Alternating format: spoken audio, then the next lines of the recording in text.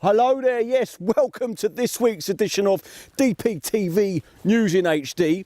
Well, here I am, I'm in the woods, I'm in Owlbeech Woods in fact, and I've come to see my old mate Gary Marlow from Woods for Learning.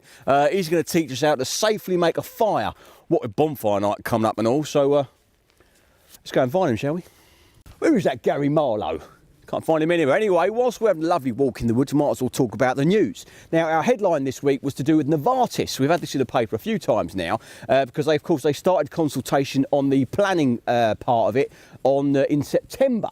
Now, they're doing another consultation at the Horsham Library. That's going to be on the 5th of November. It runs till the 16th. So if you've got an interest in what they're doing over there, get involved. Who's he? Right, OK, our second headline this week, of course, is all about the Horsham Cricket Club's fireworks night. Get a picture on the screen, Mike, there we go. Sell out, it was the best by far. So well done to everyone at the club, well done to Aurora Fireworks, and well done to John O'Sullivan, who compared the event and didn't swear once. Well done, mate. Where is that Gary Marlow?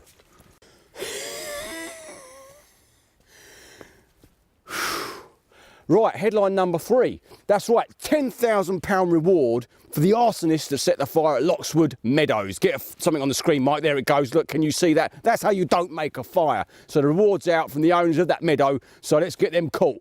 And let's go and talk to someone that can make a fire properly, shall we? Let's hope so, anyway. Mr. Marlow. Oh, you finally made it. I did, mate. I did. It's only been 3 days. Excellent. Good to see you, mate. Good to see you. Right, now I've come here. Obviously, you're Gary Marlow from Woods for Learning, and we've got the kids out today. We're doing some work. We're doing a bit of food. We're doing a bit of fire making, and that's why I'm here. Brilliant. Because I want you to teach us how to make a fire safely. Excellent. Is that all right? Of course it is, Right, yeah. let's go and do it, mate. Right, so here we are. We've got a shell. And a bit of metal there. What's all that about then, Gary? What's that all about? This is known as a ferro rod. Right. And it creates a spark. So we put our thumbs in here. Yeah. A little bit on top of the long bit, we scrape, and that creates a spark. So it creates heat. Yes. We've also got some cotton wool. Okay. And to get a fire going, this is what we're going to use. This is our fuel. Mm-hmm. And there's one more thing, which you've got a lot of. Hot air. We need oxygen. I see. Now, before we do any fire, Yep. you have to get the landowner's permission. It's really important. Of So course. you can't have a fire anywhere you like. All right. Okay. Then we've got to make sure that we've got our safety things with us. So we've got water. Mm-hmm. We're only having a small one today, so water. I've got some fire gloves, so if I need to put things on or whatever. Mm-hmm. And then we've got a fire blanket. Right, okay. Only used really in real emergencies. Of course. But the water is one of the key things for safety. Okay, so obviously, we're talking about bonfire night. We're going to do a little one today, but when you're in your garden, if people are doing their own bonfires, any sort of safety kind of tips on that, or? I think it's just making sure that you keep the area clear from debris and extra grass and things like that. Yeah. So there's 2 types of fires. You can have a raised fire, or what we've got over here is a pit fire. So we've dug into the ground, right. So it doesn't then kill the ground, and it actually helps the nutrients as well. Okay. Help your garden grow. All right, so we try and light one up then. Okay then. So with our cotton wool, what we have to do is we have to open it up nice and gently. Okay. Make it nice and fluffy, so lots of oxygen can get inside it. Mm-hmm. We're then going to put that in our shell. Can you see that, Mike?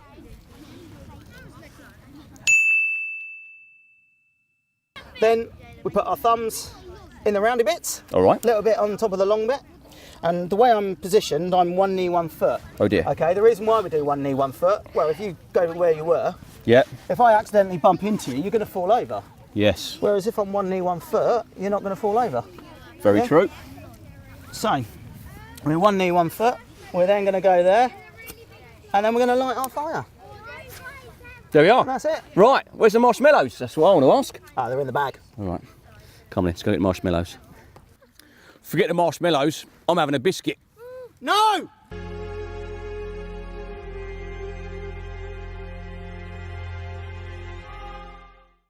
So why did you put your hand in the fire? Because I was hungry. But we never put our hands in the fire because it's hot. Oh, right, okay, fair enough. Okay, right. Worst case scenario, if you do burn yourself, small burn, big burn, makes no difference. Okay. Same thing. We want to pour some water on it, cold flowing water. Okay? Yep. Obviously, we're out in the woodland, so we haven't got much water around. Okay. So we're going to just keep pouring it. And we've got to do that for 20 minutes. Then if it's serious enough, we need to then get to hospital, especially with young children. Okay. Okay. So a classic one for bonfire night is, you know, the old sparklers. Yeah. Yeah. It's making sure that they're putting buckets of water before you then touch them again. That's right, I remember that, yeah. I remember the adverts on the old TV. Recognise this? Yep. What is it? Cling film. Cling film. So we use cling film, all right, to protect and to stop any infection going. So if it's a serious burn, we want to cover the whole area, but we're not going to wrap it nice and tight. We're just going to be nice and loose. Okay. And we're going to gently just wrap it around, protecting the burnt area. Okay? And what we can do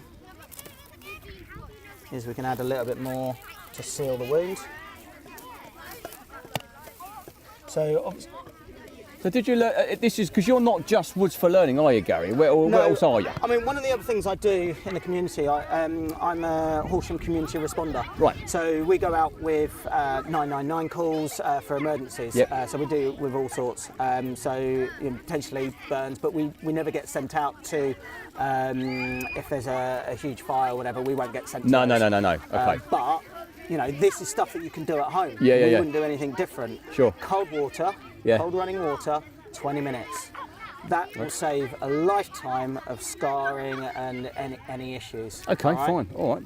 And that's pretty much it. All right, well, there we are. So I've got my hand in cling film. I missed out on a biscuit, but there we are. I've learnt a few things. One thing we will also Biscuits? then do, afraid not, we don't want to give any eat or drink. We need to keep him warm. Because obviously cold, we're going to just keep him warm. Okay. And we'll keep warm so it doesn't get cold and go into shock. Thanks, Gary. No worries. Ah, right. Let's go to Russ with some sport, shall we? Right, cheers Davey. Now let's give you a little bit of sport for the week. Now in the football, Horsham had their FA Trophy tie against Conventry Casuals and strolled to victory. Nice 3-0 win to see them going through to the next round. Now goals from Joe Shelley after just 16 minutes, a goal from Rob O'Toole and sub Jack Brivio getting himself on the score sheet as well. Now the win sees Horsham set up a tie against Lancing at home on November the 10th. Now YM still sits second in the league, despite going 1-0 down to Pagham in the top 3 showdown last weekend. It's goalless first half and the game looked like it wasn't really going anywhere until the 74th minute when the net bulged as George Gaskin intercepted a half-back pass to give Pagham their goal. Now, YM hope to return to winning ways away to Langley Wanderers on Saturday before a cup tie against Dorrington Community on Tuesday evening. In the rugby, Horsham continued their impressive run of form. 4 consecutive wins now, absolutely amazing. Now, they beat Deal and Betshanger 34-15. That was 15 apiece at the break, but Joe Wild went on to score 2 tries. Horsham notched up 3 tries in just half an hour. Now, a trip to Kent for the Green and Whites on Saturday as they face the Aylesford Bulls, who suffered a huge defeat against Beckenham last week, losing 59-6. So hopefully, Horsham continue with their 5th successive win. That's all from me. I'll see you next week. Cheers for that, mate. Right, well, there we are. That's us done for the week. Got to try and find our way back home now, which will be interesting.